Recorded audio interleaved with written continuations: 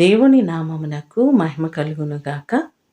దేవుడు తన కృప చొప్పున ఏప్రిల్ మాసమంతా కాచి కాపాడి మనలందరినీ సంరక్షించిన దేవునికి సమస్త మహిమ, ఘనత, ప్రభావములు ఆయనకే చెల్లునుగాక. ఈ దినము మిమ్ములను బలపరచు దేవుని మాట. యెహోవా మీ మధ్య అద్భుత కార్యములను చేయును. యెహోషువ గ్రంథము 3వ అధ్యాయము 5వ వచనం. మన దేవుడు ఇప్పటి వరకు అనేకమైన కార్యాలు, మేలులు మన జీవితంలో చేస్తూ వచ్చారు. జరగవు అనుకున్న పనులను ఆయన కృపచేత జరిగేటట్లుగా చేశారు. ఆయన చేసిన మేలులకు, ఉపకారములకు ఏమి ఇచ్చి ఆయన రుణాన్ని తీర్చుకోగలం? దానియేలు కూడా అంటున్నారు 4వ అధ్యాయము 2వ వచనములో, మహోన్నతుడగు దేవుడు నా ఎడల చేసిన అద్భుతములను, సూచక క్రియలను మీకు తెలియచేయుటకు నాకు మనస్సు కలిగెను. ఆయన సూచక క్రియలు ఎంతో బ్రహ్మాండమైనవి, ఆయన అద్భుతములు ఎంతో ఘనమైనవి.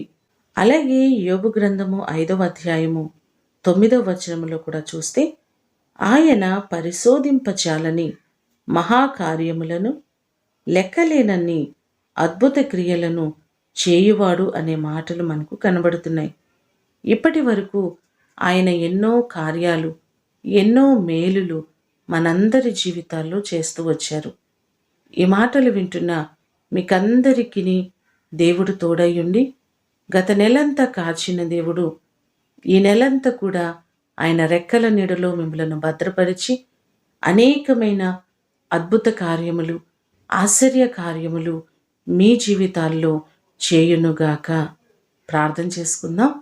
సకల ఆశీర్వాదములకు కారణభూతుడవైన మా ప్రేమ కలిగిన పరలోకపు తండ్రి, నీ కృపచేత గత నెలంతా మీరు కాచి కాపాడి ఈ మే నెలలో మమ్మలను ప్రవేశపెట్టినందుకు వందనాలు.